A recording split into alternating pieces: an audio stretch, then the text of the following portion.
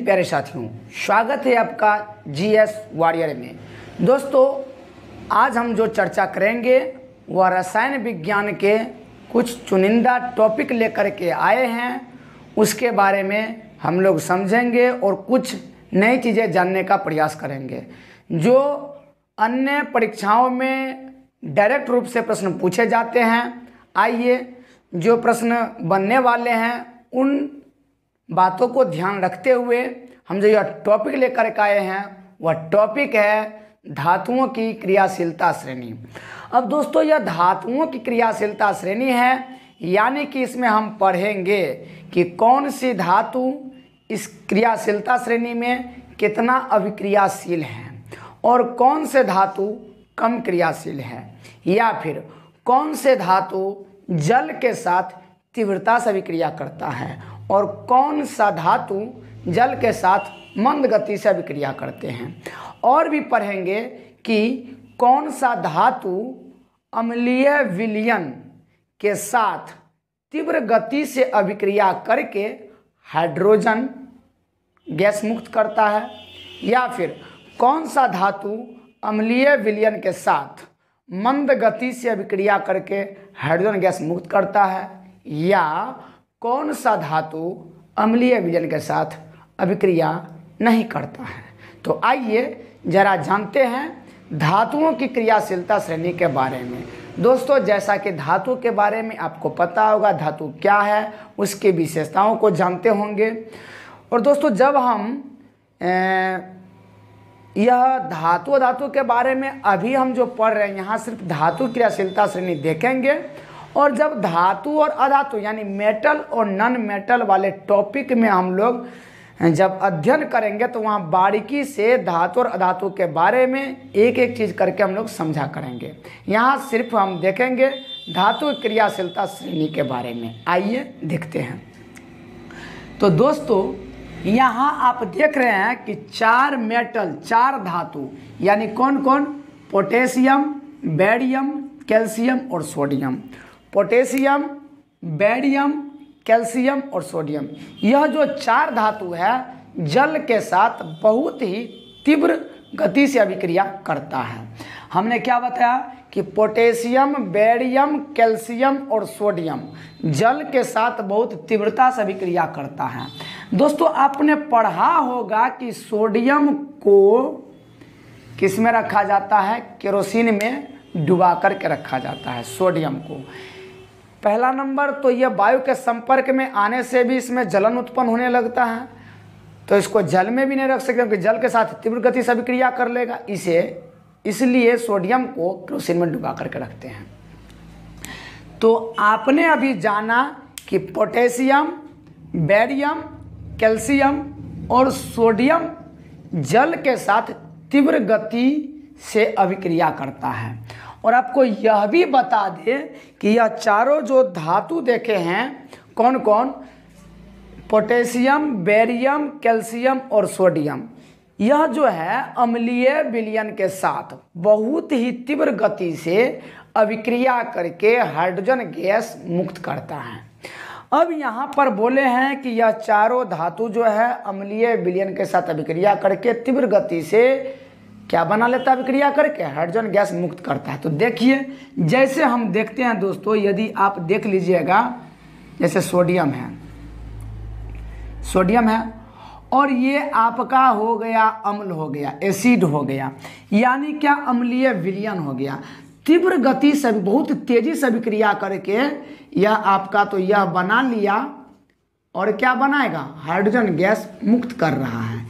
यह आपका हो जाता। आप ध्यान रखिएगा, यह दोनों बात ध्यान रखिएगा। क्या कि धातुओं की क्रियाशीलता श्रेणी में पोटेशियम, बेरियम, कैल्शियम और मैग्नीशियम जल के साथ तीव्र गति से अभिक्रिया करता है और साथ ही साथ अम्लीय विलयन के साथ तीव्र गति से अभिक्रिया करके हाइड्रोजन गैस मुक्त करता है। अब आइए देखते हैं इसके बाद। दोस्तों, इसके बाद पहले तो यह जान लीजिए कि यह पांच जो है धातु, वह पांच धातु कौन सा? तो देखिए, मैग्नीशियम, एल्यूमिनियम, जिंक, क्रोमियम और लोहा। क्या बोला हमने? मैग्नीशियम, एल्यूमिनियम, जिंक, क्रोमियम और लोहा, यह पांचों धातु जल के साथ धीमी गति से अभिक्रिया करेगा, मंद गति से अभिक्रिया करेगा। तो इस प्रकार देखा कि मैग्नीशियम, एल्यूमिनियम, जिंक, क्रोमियम और आयरन यानी लोहा जल के साथ मंद गति से अभिक्रिया करता है। अब आइए जरा देख लेते हैं कि धातु जो है यह अम्लीय विलयन के साथ मंद गति से अभिक्रिया करके जो हाइड्रोजन गैस मुक्त करता हुआ देखेंगे। उसके ऊपर तो हमने अभी थोड़ा देर पहले देखा है 4 धातु जो अम्लीय विलयन के साथ अभिक्रिया करके तीव्र गति से अभिक्रिया करके हाइड्रोजन गैस मुक्त करता है। और अभी जो देखेंगे magnesium, aluminium, zinc, chromium, iron यानी कि लोहा, कैडमियम, कोबाल्ट, निकेल, टिन और लेड, ये इतना सारा धातु अम्ल के साथ अभिक्रिया करके मंद गति से अभिक्रिया करके हाइड्रोजन गैस मुक्त करेगा। तो आपने यह देख लिया। अब दोस्तों ये हाइड्रोजन है, हाइड्रोजन के ऊपर जितना भी धातु है यह सभी अम्लीय विलयन के साथ अभिक्रिया करता है। आइए एक बार पुनः देख लेते हैं कि अम्लीय विलयन के साथ अभिक्रिया करने वाले धातु कौन है। याद रखिएगा, परीक्षा में डायरेक्ट रूप से पूछ दिए जाएंगे।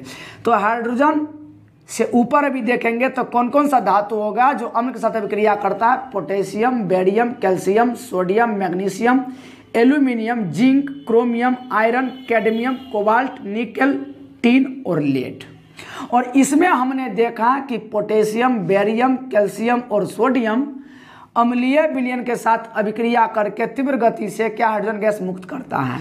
इसके बाद हमने देखा था magnesium, aluminium, zinc, chromium, iron यानी लोहा, कैडमियम, कोबाल्ट, निकेल, टिन और लेड अम्लीय विलयन के साथ मंद गति से अभिक्रिया करने के बाद हाइड्रोजन गैस मुक्त करता है।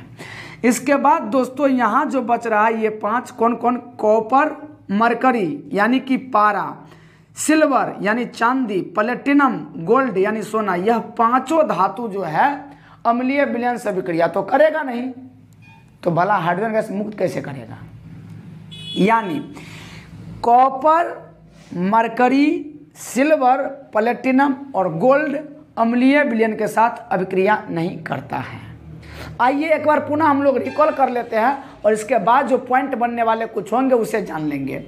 सबसे पहले देखेंगे कि पोटेशियम, बेरियम, कैल्शियम और सोडियम जल के साथ बहुत तीव्र गति से अभिक्रिया करेगा और मैग्नीशियम, एल्यूमिनियम, जिंक, क्रोमियम तथा आयरन जल के साथ मंद गति से अभिक्रिया करेगा। अब एक तरफ देखते हैं कि अम्लीय विलयन के साथ तीव्र गति से अभिक्रिया करने के परिणाम स्वरूप हाइड्रोजन गैस जो मुक्त करता है वो कौन सा धातु है, तो वह धातु है पोटेशियम, बेरियम, कैल्शियम, सोडियम। और वैसा धातु अभी देखेंगे जो अम्लीय विलयन के साथ बहुत ही मंद गति से अभिक्रिया करने के बाद हाइड्रोजन गैस मुक्त करता है, वह धातु है magnesium, aluminium, zinc, chromium, iron, cadmium, cobalt, nickel, tin और लेड। तथा देखेंगे अभी कि वैसा धातु जो अम्लीय विलयन से अभिक्रिया नहीं करता है यानी हाइड्रोजन गैस मुक्त भी नहीं करेगा, तो वह है copper, mercury, silver, platinum, gold. अब दोस्तों अभी हमने बताया मरकरी के बारे में यानी पारा, यह धातु है, तो आप इसके बारे में जान लीजिए। वैसे तो हम लोग पढ़ते हैं कि धातु का एक गुण है कि धातु हमेशा कठोर होता, सख्त होता, मजबूत होता है, लेकिन यह मरकरी यानी पारा जो है धातु है लेकिन द्रव अवस्था में पाया जाता है कमरे के ताप पर। याद रखिएगा, वैसा धातु जो कमरे के ताप पर द्रव अवस्था में पाया जाता है वह क्या है, मरकरी यानी पारा।